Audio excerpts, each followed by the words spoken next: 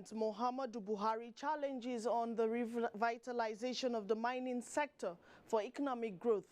Plus, international community thumbs up for Nigeria's fiscal policies in reviving the strength of the economy. Plus, National Human Rights Commission flags of investigation of complaints on electoral violence. There's more on today's Panorama with me, Ogwa Vivian Ungedibia.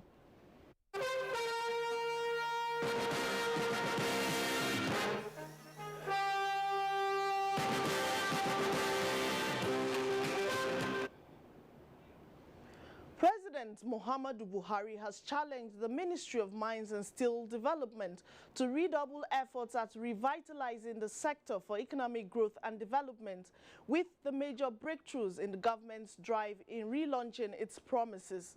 At an audience with the minister, Dr. Kayode Fayemi, the president expressed delight over the approval of $150 million by the World Bank in support of the mining sector. State House correspondent Adamu Sambo reports. The interactive meeting held behind closed doors was an opportunity by the Minister of Mines and Steel Development, Dr. Kayode Fayemi, to bring President Muhammadu Buhari up to speed on recent developments in the nation's mining sector. Topmost on the agenda was the recent approval of an attractive concessional loan of $150 million by the World Bank towards establishing a strong foundation for mining sector development in Nigeria. Part of this money is going to assist with geological data. It's also going to contribute to our organizing the informal sector into a formal sector, provide them some access to funding, and also help them with technological equipment for the artisanal miners. It is also going to help us. There are many miners that have done extensive exploration, but to move to production has been a challenge. So for those who are crossing over from exploration to exploitation and to actual mining, we believe that giving them a leg up, some assistance would help boost the industry. For President Muhammadu Buhari, mining sector is critical to Nigeria's economic diversification enterprise, and therefore the approval of 30 billion naira intervention fund for the sector. This we have got, and we have channeled much of this to ongoing mega projects in the region. Records show that before the Buhari administration came on board, the Ministry of Niger Delta Affairs did not commission any major development project in the area. From the State House, Adamu Sambo, NTA News. Well, the ongoing effort of the federal government to improve fiscal policies geared towards reviving the strength of the economy has been described as a positive step by the International Monetary Fund. Answering questions on the fiscal monitor, the fund's team of experts say an improved tax system and buffers remains critical for economic growth recovery plan. Details with Leah Katung Babatunde. Nations around the globe have in recent time been grappling with shrinking resources, especially in commodity export-dependent nations. For Nigeria, it's further exacerbated by the fall in global oil prices, which is more than half the resources of government. Now, IMF's fiscal monitor is focused on achieving more with less and cheers the Nigerian government for planning to do exactly just that through the Economic Recovery Group Plan. Over the past year, the ratio of interest payments to tax revenue has doubled to 66% in Nigeria. These challenges are what participants at this conference, made up of regulators, policy implementers, and stakeholders of Africa's maritime space, would be addressing. For Nigeria, the importance of maritime services and administration cannot be overemphasized. The measures that we're putting in place are designed to improve the efficiency of our ports and to enable quick turnaround time of vessels. Technology is also being deployed to make our port operations more transparent and effective in support of economic growth. And for the African Maritime Administrators, Vice President Oshibajo calls for a renewed focus. That you must ensure a coherent and collaborative continental response to the challenges facing our maritime space. This will require cooperation amongst our states and agencies and with other segments of society, including the private sector. It will also entail focusing on human capacity development, including strengthening the Coast Guard function to police our waterways. To further express Nigeria's commitment, a number of legislations have been passed towards improving the maritime services. We must intensify efforts to with the issue of corruption in the country.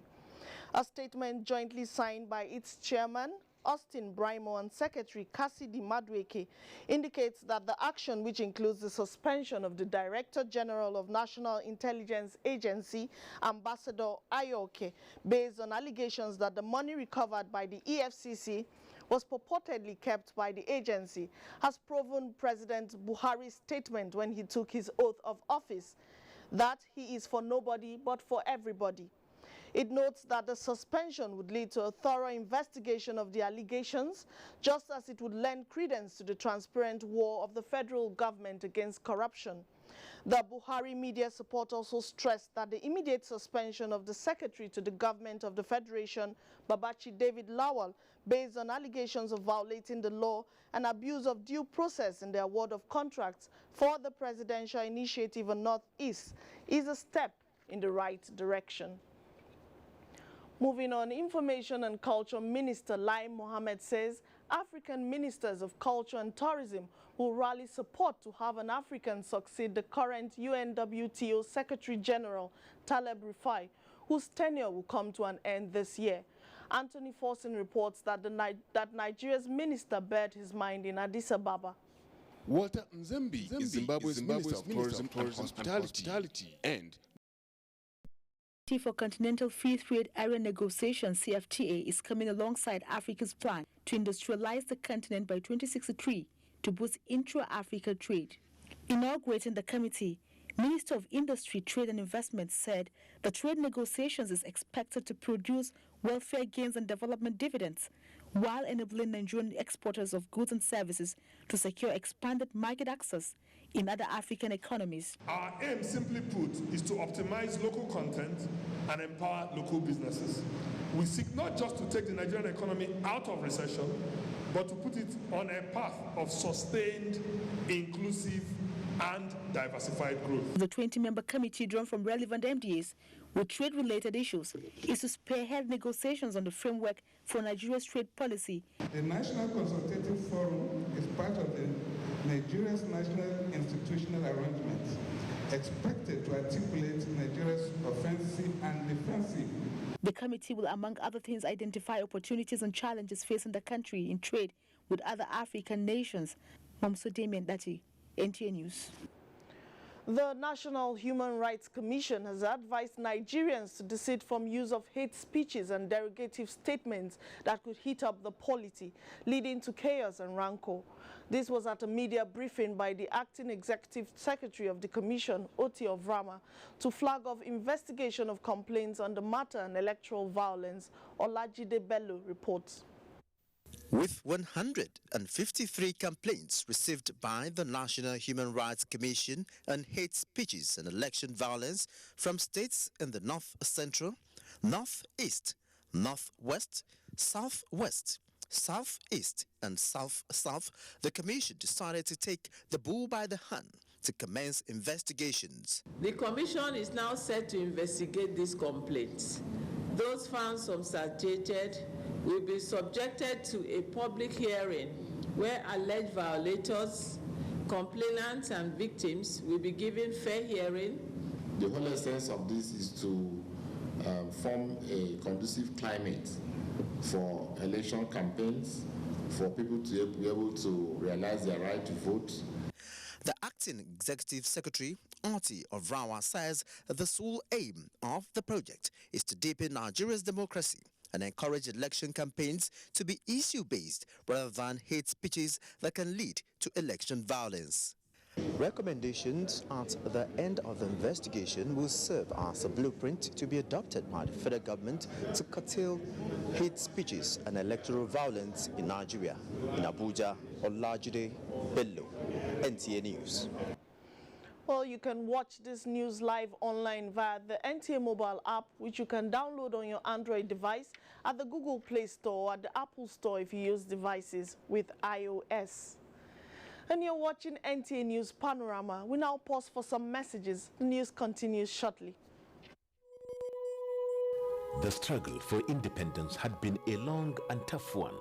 Our founding fathers and compatriots sacrificed their comfort and even shed their blood. We cannot at this point in history afford to spirit away their sacrifices for immediate but temporary gains of today. Let us emphasize what unites and not what divides us. Working for the unity of purpose with a stronger vision for a better tomorrow. NTA, growing with the nation. Together, no matter where you come from, no matter your religion, we are one. Let's live together. Let's stop fighting each other. Let us live as one. It doesn't matter where you come from, your tribe or religion, man, woman or child. It doesn't matter who you are. Put Nigeria first. No matter where you come from, no matter your religion, we are one. Let's live together. How can we develop when we're always in crisis? Families have become refugees in their country. No matter our differences, show some understanding. No matter where you come from, no matter your religion, we are one. Let's live together. Nigeria, the only country we can train with remarkable potentials to excel. Let us believe in ourselves and change our attitude for the sake of our country and generations unborn. Let us revive our cultural values, which are our essence as a nation.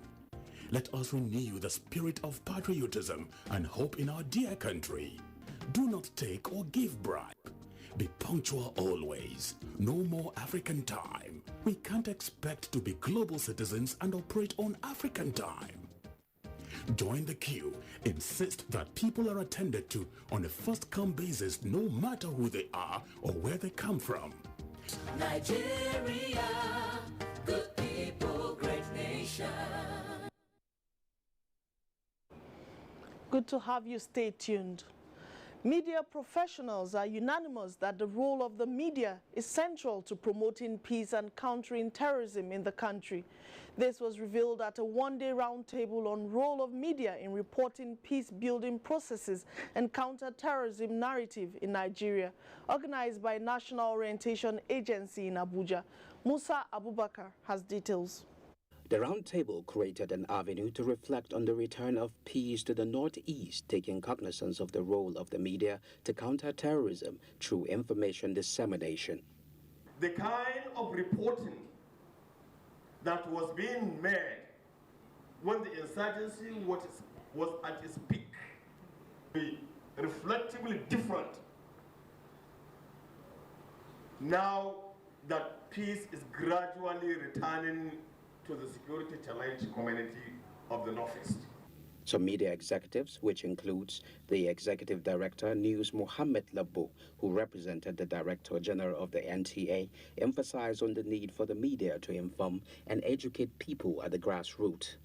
The Nigerian Television Authority has always placed great premium at ensuring that the numerous successes of the Nigerian armed forces in combating terrorism in the Northeast and insecurity in other parts of the country are adequately reported, with a view to bolstering their determination, courage, and commitment towards securing our fatherland. And we owe a responsibility to people in northeastern Nigeria, especially those that are going back to areas that have been liberated, to make sure that they go back well informed of the conditions that are there.